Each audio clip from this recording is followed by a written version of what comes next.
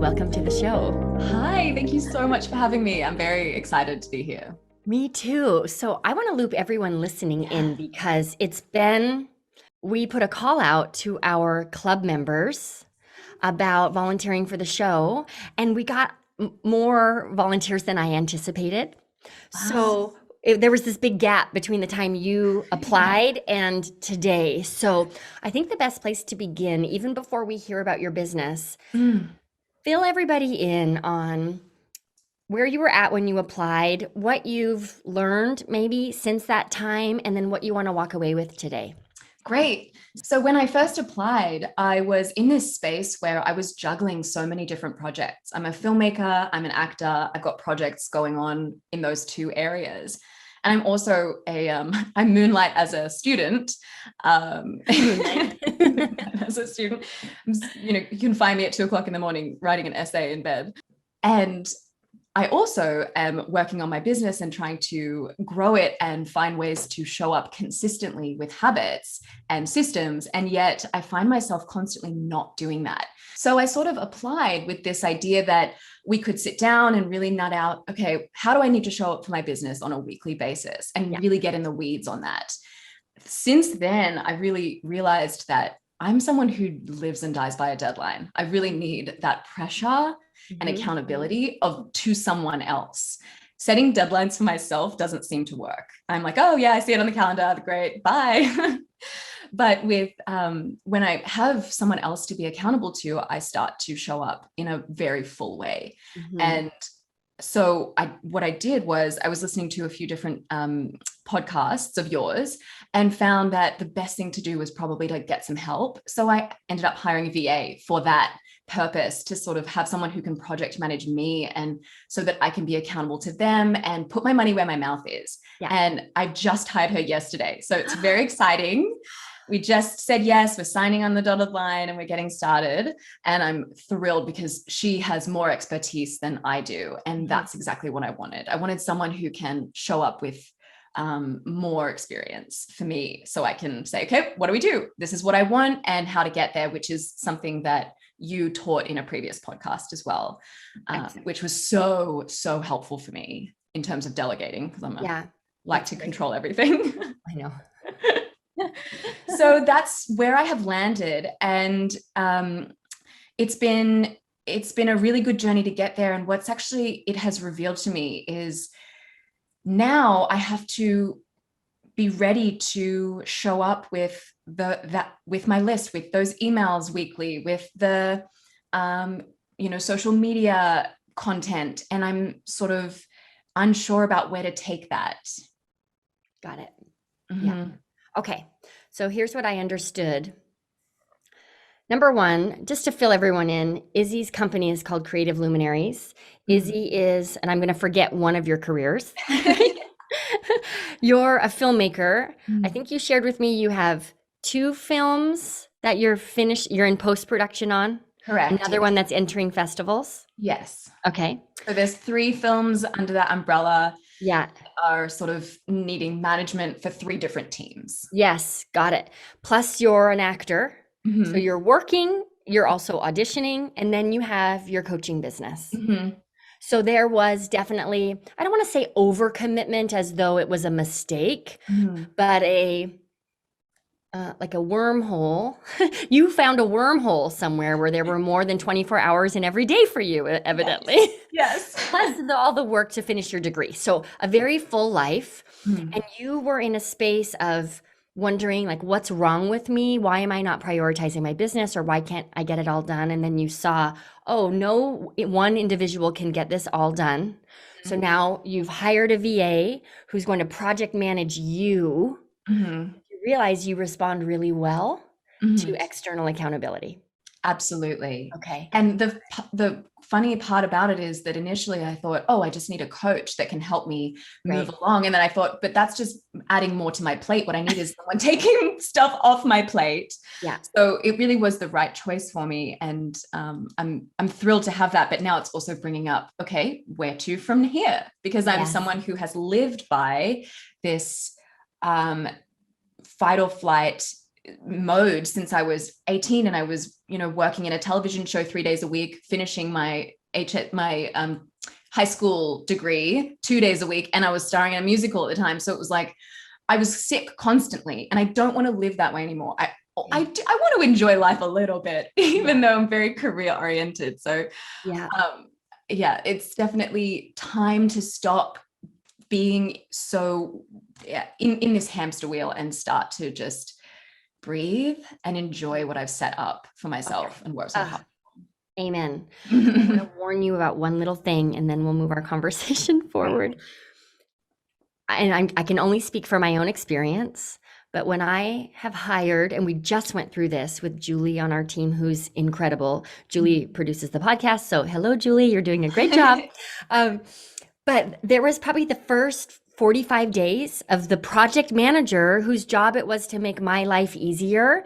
My life got harder. Yeah. Right? So there's that. I've used this metaphor a lot inside our program, but before you can leap, you actually crouch down, you get in that bent position so that you can jump higher. So it may feel like that now for the first chunk of time with your VA, and that doesn't mean that anything is wrong. Mm-hmm. Great. But I'm just warning you that nothing's broken if that's your experience, because that typically tends to be the experience, especially for someone who likes to do it all by herself. Mm-hmm.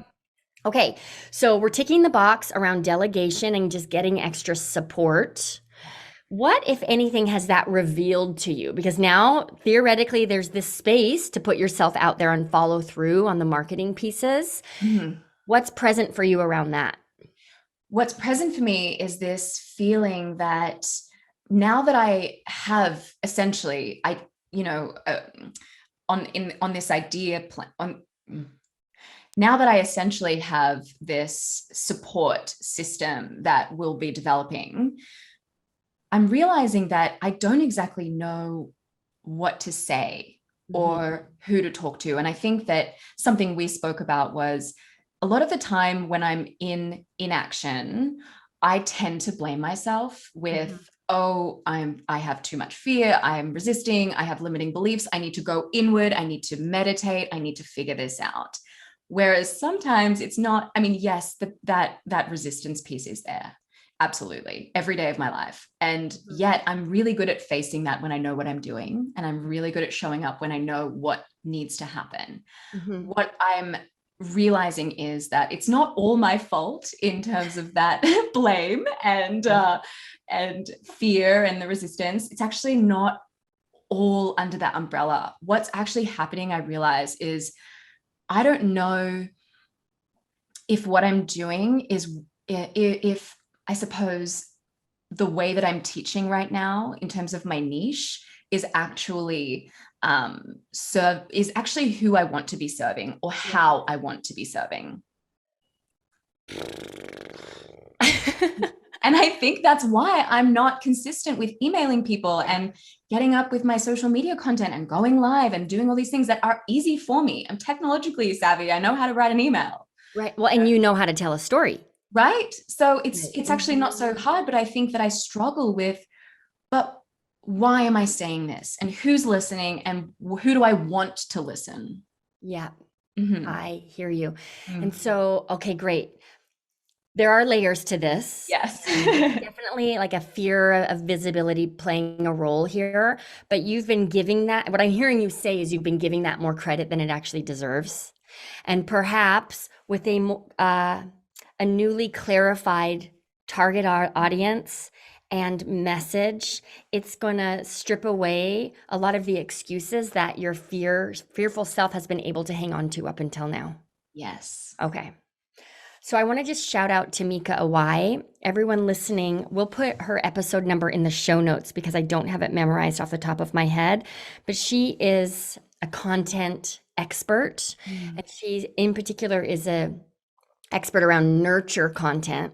And what I got from her episode was the importance of shifting our perspective of content creation away from that and toward an ongoing conversation with the person we really want to help. Yeah. If you don't know who that person is, how can you be in conversation with them? Right. Okay. All right, so we have cleared the decks here around your to-do list a little bit. You're still going to be busy and you've got your Mm. VA, but now we've got to dial in your message and your target audience first Mm. in order to make your marketing tasks more enjoyable, more efficient, and more consistent. Exactly. Wow. Okay, I'm surprised. I didn't know we were going to talk about this. Cool. Okay, so talk to me about, I think it'd be helpful for you to share who your audience has been up until now and where you're at around the shift. And then I'll ask you some questions and we'll see if we can get more clear on your new audience. Fantastic. Okay. So right now, my who I serve are artists, creatives, specifically actors and filmmakers who are ready to go from script to screen. So my ethos is you don't have to wait for the phone to ring. You can create your own work. You can create your own creative career, and you can be successful. And it's the way that I live my life, and it's so I really love to teach that. What I'm finding is, and so I take people, essentially, I take people through the paces of making a film. This is what my copy tells people that I do, Okay. first of all. So we come into coaching. I'll help them write a script. I'll help them develop a pre-production plan, go into production, and then go into post-production. And then we do the festival run. So that's sort of the progress pathway. Okay. What ends up happening in coaching a lot of the time is that I'm very eager to help them wherever they're at. And I'm finding that I'm actually coaching on so many different things. They're all creative. They're all underneath the creative umbrella. But I'm helping people start production companies. I'm helping a novelist write a book. There are lots of different things that I'm helping with. And because that is a symptom of me over-serving, and I see that, it's also a symptom of me wanting other outlets of creative coaching. And I'm realizing what I love to do is help people in two ways, these two pieces. One is the mindset of being a creative. So all that fear and resistance that comes up, all of that stuff that we need to do to get ourselves right to create. And the internal work, the support that someone needs to go through the paces of making something that's vulnerable to them. And then the other side of that is the second piece is this making something practically, actionably, with actionable steps through, broken down timeline and project management and all that sort of stuff. So they're two very different things. Obviously, they go together very well as a creative coach, but I don't know how much I want to just focus, specifically my copy as well, on filmmaking. Yeah, that's what I heard. Yes. It's so interesting, and you probably see this sometimes too with your clients. A client sitting in front of me could think that the problem they face is bigger than it actually is. Yeah. Because what I'm hearing is if you just look at the written copy of how I, Izzy, describe my business, you would think I work with filmmakers who have a script started and they're stuck around taking that script, finishing it, and producing their own project. When in fact, the medium for your clients doesn't matter to you. Exactly. That's the only difference that I heard. Yes, that is exactly true. And I think that I chose that as a niche because I thought it was really smart to niche down Yeah. in the beginning. And calling saying that, I'm a creative coach and this is how I help people seemed too nebulous, seemed too like broad, right? Completely. I agree. But niching down doesn't help if it doesn't light you up. Yeah, I mean, filmmaking does, but I think that I'm just feel like there's so many hands in all of the different paint buckets and the paint splashing everywhere, and I don't know what I'm doing, so I don't know who I'm talking to, and I'm just not doing anything. Okay, tell me if this resonates. So when I shifted from just serving one-on-one clients to launching my first program, that program was Client Surge. Right. So inside the club, Client Surge is step 3, right? But that was my only program. Client Surge, You're in the club. So it takes up a lot of real estate. There's a lot of conversations about it. It's the thing that really gets everybody out of the gate. Yes. So is it valuable? Yes. Do I stand behind it and get a lot of joy and pleasure out of talking about everything client surgery related? 100%. Is that really what I want to talk about every damn day on Instagram? No. So I see a connection between where I was at and where you are at. It became very limited in my message when it came to my messaging, right? So I'm going to back it up just so I'm super clear for everyone. Just talking about client surge with clients and students was awesome. I loved it. Having to be in that tiny container, silencing a lot of my other gifts in my marketing, there was friction there for me. And the clients that I love working with love getting started with client surge, but that is not their destination. Yeah. Right? So does that land for you as well? Absolutely. Right. So even if your messaging was, and we need to dial it in, right? But even if it was around, if you're a creative and you have a project you want to put out in the world and you're not doing it, I can help. Right? Even if every client who came to you had a script that they wanted to produce into a film, you would be happy as a clam. But being able to have a more dynamic conversation in your marketing feels really important to you right now. Definitely. Got it. I totally relate to that. Yeah. Yeah, I'm like, really, am I going to go live and talk about discovery sessions again today? Okay. Here we go. All right. Okay, so tell me more. All right, so I want to just say one other piece here, which I think you were on track with. I would rather, Izzy, and this is for everyone listening, I would rather you over niche than under niche, because getting too narrow is the thing that reveals you're too narrow. It's really hard to see when you're too wide. So specificity is the thing that brings in opportunity. And sometimes that opportunity is more clients and more money and more course ideas. And sometimes that opportunity is an invitation to expand. Yeah. Great. Okay. I love it. The other thing you said was there's this mindset, the inner work of being an artist, right? And then the practical application of creating your project. Yeah. Those things, from where I stand, have to go together. Absolutely. Okay, so you don't feel like that's too No. bad. Those are the two things I like to work on with people. Yeah. Yeah, together. And I think that they're both so important. And saying that it's more broad than just taking someone through the film, making progress pathway, helping them develop an idea and make that. And that's where I get stuck. Tell me more. So I guess I have this fear around, if I start saying, oh, I'm a creative coach, and if I start saying I'm a creative coach, I worry that I'm going to not appeal to the people that truly need me. And do you know what I mean? And it's tough, because I can see a lot of people, even in my life, that are facing this. Oh, I've been thinking for years about making this XYZ insert project here. And well, I just can't do it. I don't have the resources or the time. I love this saying that I think it's Marie Forleo says, everything is figure outable. I really live by that. I just started reading her book, which is why I brought it up. But this idea that you have the resources, you have the time, you have the money, you just have to figure out how to use what you have. Yes. That's where I shine. That is where I shine. Yes. And in terms of a practical filmmaking approach, because that's the way that I bring that to my filmmaking, I am a kind of a, weird filmmaker. I'm like, okay, we got to figure out how to do this.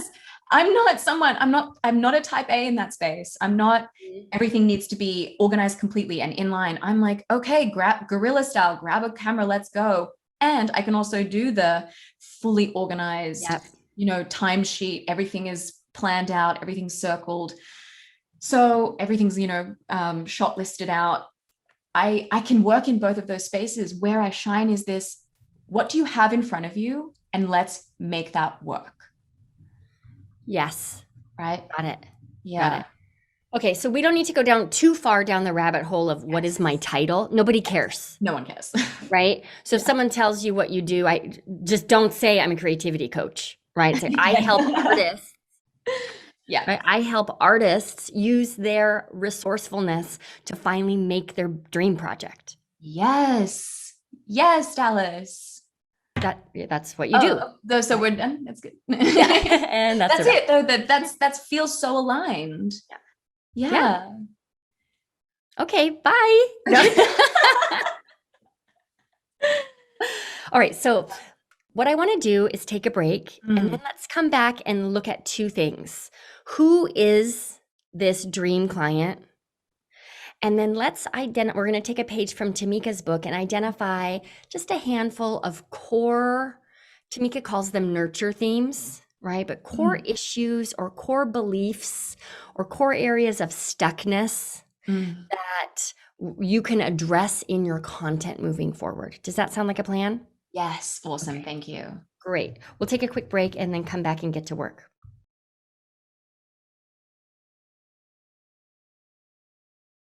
Welcome back. This is Dallas Travers. I've got Izzy Stevens here. We are re-niching, right? And just tweaking your messaging to make your life easier. Not because you don't love the people you work with, but my understanding, Izzy, is that what you have been saying hasn't really matched the work you've actually been doing and who you've been bringing in.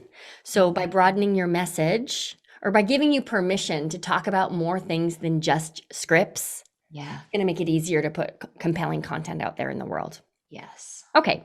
So you help artists use their own resourcefulness to make their dream project. Tell me more about your favorite type of artist to work with. So I'd love to use my one of my clients who we'll call Mary. Okay. So Mary is a novelist and she had written, right? So it's so funny that she's a novelist that actually came to me saying, look, I'm writing a novel right now. It's my second, but I really do want to move into film production, TV scripts and production, stuff like that. But right now, would you take me through the writing of my novel and help me keep accountable? So we've been working together for 3 months and she's just handed in her manuscript and it's very exciting. We've been celebrating. Awesome. And I absolutely love working with her. The way that she shows up, she's a little bit older than the rest of my clients and she's already in her career. And there's something about that really appeals to me because I don't feel excited to teach the fundamentals of certain things. I'm sort of ready to teach the actionable, the mindset, the resourcefulness, this piece over here. And with her, we show up in session, we get so much done, but it feels like 5 minutes, we're just talking. And I don't know, it is also the person, but I found her by a fluke. Like it was a really fluky way to have found a client that was outside of my regular circle. And when I see that, I think that was such a good example for me to, these are the kinds of people that I'm marketing towards. And it's so funny, Dallas, even she said to me, I know you only really work with for film, but I just have a lot of people that would be really interested in creative coaching from you. And I was like, I'm interested. I'm very interested.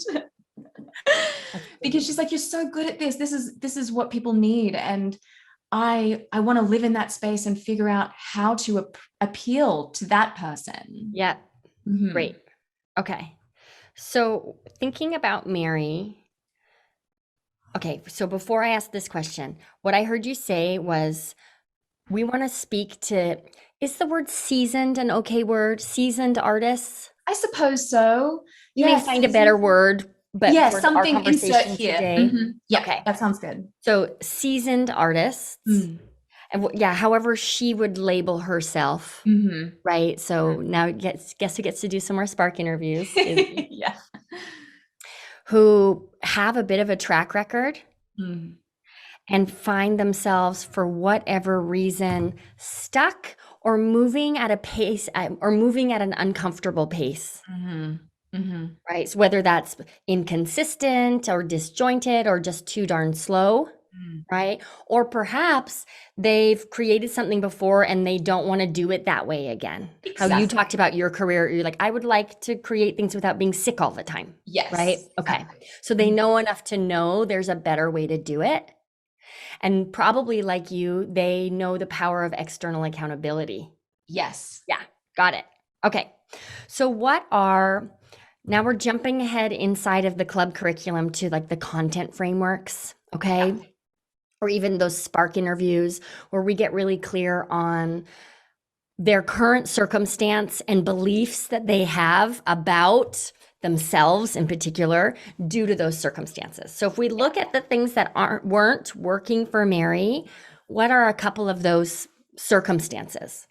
So interestingly, when I look at Mary, I think, well, here's someone who's really accomplished, right? Mm-hmm. Who has found this success, and yet it's evident to me that no matter where we're at in our career, we still show up with, oh, I'm not worthy of this, or this isn't.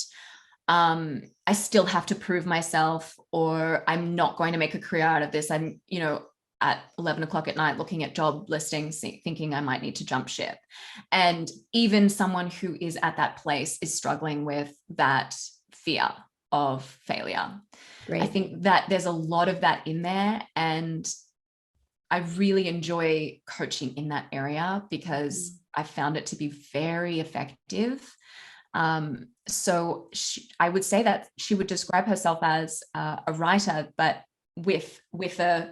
she would say it with like a smile on her face that she doesn't really believe it. Got it. Right. Got it. Got it. So, right. I'm an artist, but am I an artist if I didn't make art this morning? Mm-hmm. Okay. Got it. Good. So I'm not there yet. There's a fear of failure. What else? How would she describe herself? She's spiritual, a little bit spiritual.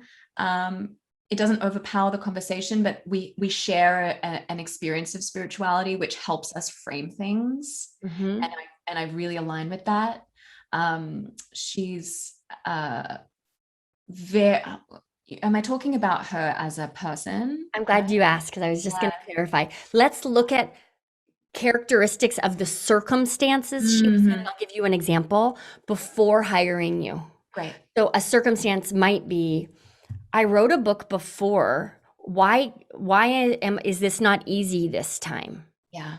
Right. So really specific circumstances rather than characteristics. Fantastic. So, and I know now because we have this example of finishing a book together, so I can talk about the differences. Great. The first time she wrote a book, she felt chaos. She felt that she was showing up with a lot of, oh, the book is late, it's not good enough, or I'm, madly rushing to the finish line and I'm not really good at, managing my time. Whereas now with a coach, with me, we've been able to take her through in a really leveled way, in a really paced out, feels good, nourishing, feels very, she shows up fully ready to be vulnerable or wherever she's at. And we go through the experience of coaching together, and she comes out the other side ready to continue working. And through that, she was able to actually hand in her manuscript like a week early. I was going to say it's only been 3 months. So this has also been very efficient. Really efficient. Okay. And that's why that's also why Mary's my dream. Because right? she shows up and she also does the work, and she's not afraid of the work. She also knows what she needs. She's someone who'll come and say, look, these are the things that I'm struggling with. What do we do? Yeah. Got it. Okay. So one circumstance is it's 11 at night and I'm doing a job search. Yeah. The belief I have that keeps me stuck in that circumstance is either I'm not there yet or I'm not going to be able to do it again. Okay. Another circumstance is chaos in her creative process. Yeah. Right, which creates so much stress. It really eats away at confidence. It's the opposite of efficient. It's all like based on adrenaline rather than flow. Yeah. And the belief she has about herself because of that circumstance is what? That she's not truly an artist. Does this land as well? Not truly an artist. What about like, ooh, this is how all artists are, and so I'm just destined for a life of Chaos. Creativity is chaotic. Yes, And exactly. so there is no other way. Yes. Okay. And I will say that even through this process of writing her book, those cycles have come up, but they're much less now that we're working together. And that's where I see the value of this work, where I can see her being able to pull herself out quicker and with more chutzpah. Yes. Yeah. Got it. Okay. So let's go back to the first one. It's 11. I'm searching for jobs because I'm pretty convinced that failure is in my future because that's how I feel today. Yeah. What's the belief that Mary needs to have? That she will fully sustain herself in her creative career and that she already is doing that. Yes. This is sustainable and I'm capable. Yes. Got it. I'm a single mother supporting children with my creative artist salary. Amazing. Great. So the next one, creativity is chaotic. That's the circumstance, right? The belief is I'm not truly an artist. Another belief could be this is what it means to be an artist. So I'm destined for this dramatic existence. What's the belief? So we'll go to the first one. I'm not truly an artist. What does she need to believe instead? That she is an artist, that she, and has proven to herself that this is sustainable. That she's, making a living out of the words that she's writing. And also that people are asking her for speaking engagements. They're booking her. They want her. It's, she has a following. It's all of that in there, which is evidence of her success. Yeah. Great. Now, what about that there is no other way? This is what creativity looks like. What belief? That you have to be a hot mess to get anything done or be successful. Right. So what can she believe instead? Oh, instead. That's okay. That's so funny. Instead, she can believe that creativity can be measured and nourishing and grounding and can help you feel leveled about your life rather than up in the clouds worrying and hectic. You can feel like your feet are on the ground, that you can breathe easy, and that you can switch off at 5:00 and go and make dinner for your family and sit down and enjoy that time. That's so good. Okay. So we have now the beginnings. I'm going to give you an assignment here, but the beginnings of some content themes. And again, I'm shouting out Tamika Awai a lot because she really is the person who illuminated this for me. Orisha Creative, we're going to make sure to post her a link in the show notes to her episode, but also her site because she's a genius. But we've got some themes here that you can start to build your content around, right? So, and the themes are the new beliefs. Okay. So one of them is that your artistic career, you're capable of an artistic career and it can be sustainable. Right? Being an artist, your art can be nourishing and grounding and leveled. You are an artist, right? So there are more here. Yeah. But now what you get to do is, I'm going to give you the assignment. I'm excited. I know, right? Yeah. I want you to think about at least 7, right? Different circumstances. Okay. Right? And then this is inside of the club curriculum, by the way. It's in the content frameworks. Okay. Yes. But like, what are the circumstances I am in? What beliefs do I have because of those circumstances? And what do I need to think instead? Great. Now you've got a bit of a map for your content, right? You could probably get away with up to 12 or 15 of these themes, but more is not necessarily better, right? And now what you get to do is put blinders on and build content connected always to one of those themes. Mhm. instead of connected to you have a script and you want to make a movie. Yeah, Do you see the difference?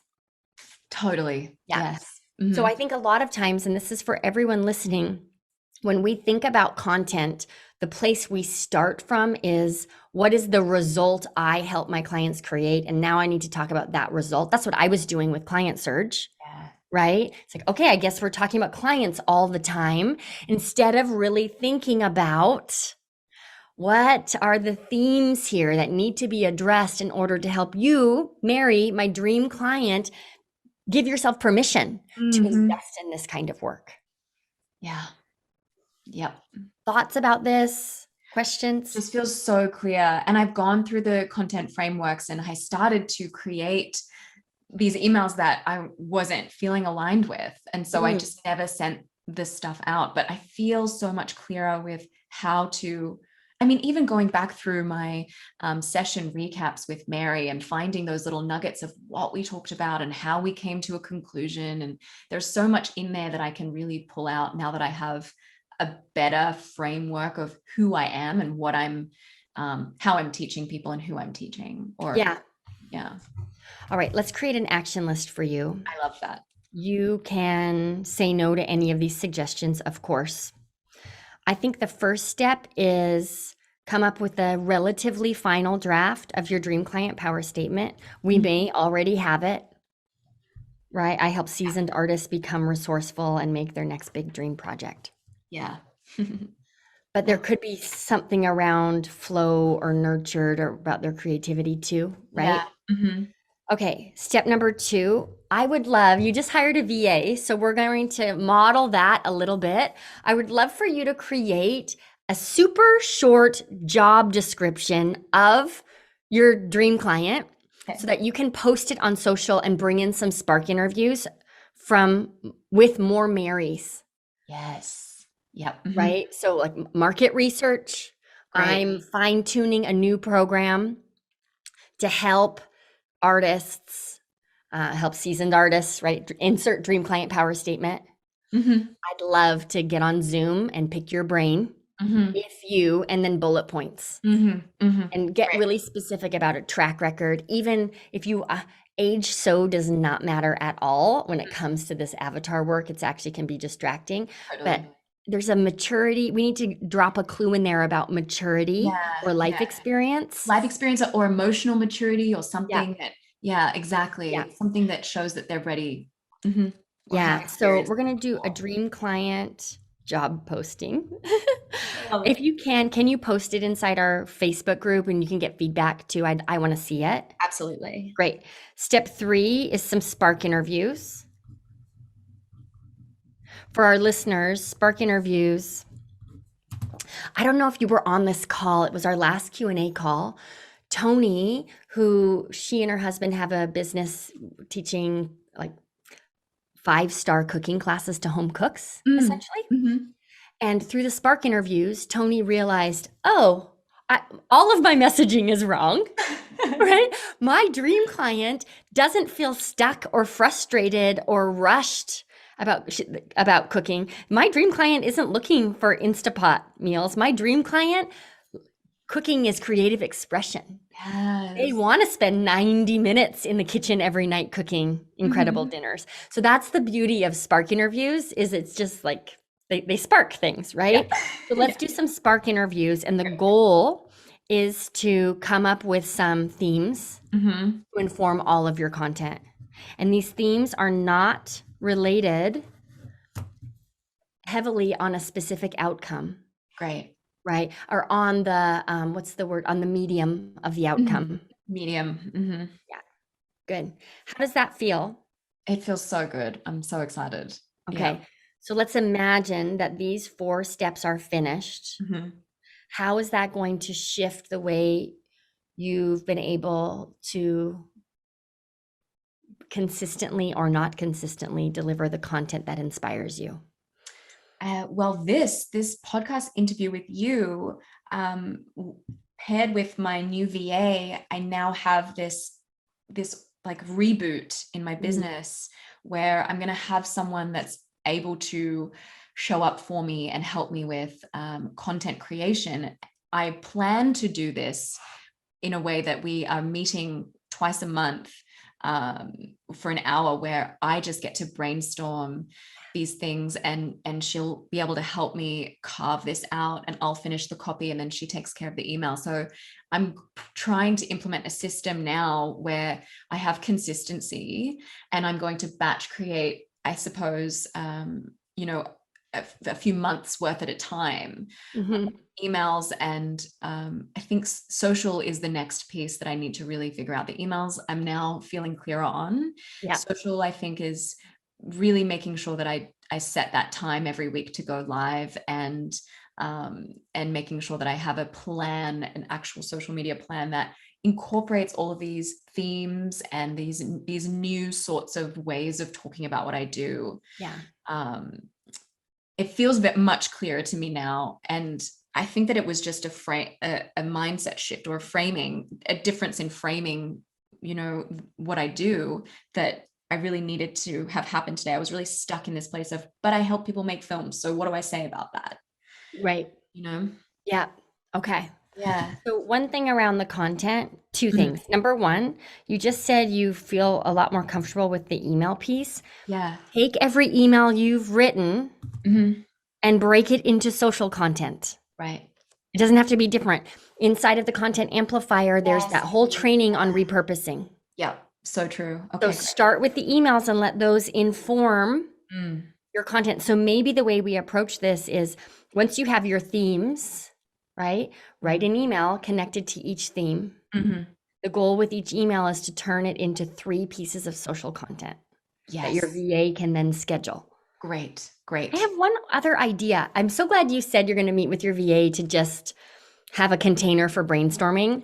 My poor team, they have to take turns because they're like, I don't know why she makes us do this, because we're sitting there looking at her on Zoom. That's what they're doing. It helps. I don't know. Isn't that weird? Yeah. Maybe it's not weird because this is what you do, but Totally. there's something about having someone literally like be able to nod their head and say, Totally. as I'm thinking out loud about content. It's the craziest thing. So they take turns and I do that. But I wonder, could be your VA, but there could be someone in the club. There are a lot of people in the club who serve different types of artists in different ways that you could have these brainstorming sessions with together. Yeah. Doing the same sort of thing, but they may be able to give you more applicable feedback than your VA, who may not know your audience as well. So that's just food for thought. Great. Mm-hmm. Okay. I'm so excited for you. I feel so excited. This is very actionable. I really appreciate you making it actionable too, because it will live in a nebulous place and I will never come down to the world and actually action things out unless I have a plan. So this is so helpful. Oh, it was helpful for me too. So thank you for raising your hand and coming on the show today. Thank you for having me. My pleasure. So the next thing I will look for inside of our Facebook group is your job posting, and you can hop on some calls. We'll get that dream client power statement going. Great. Yeah. All right. Congratulations, Izzy. Thank you so much, Dallas. Awesome. You're welcome. You're welcome. And thank you to everyone who tuned in. I hope you have a great week, and we'll see you back here next Sunday.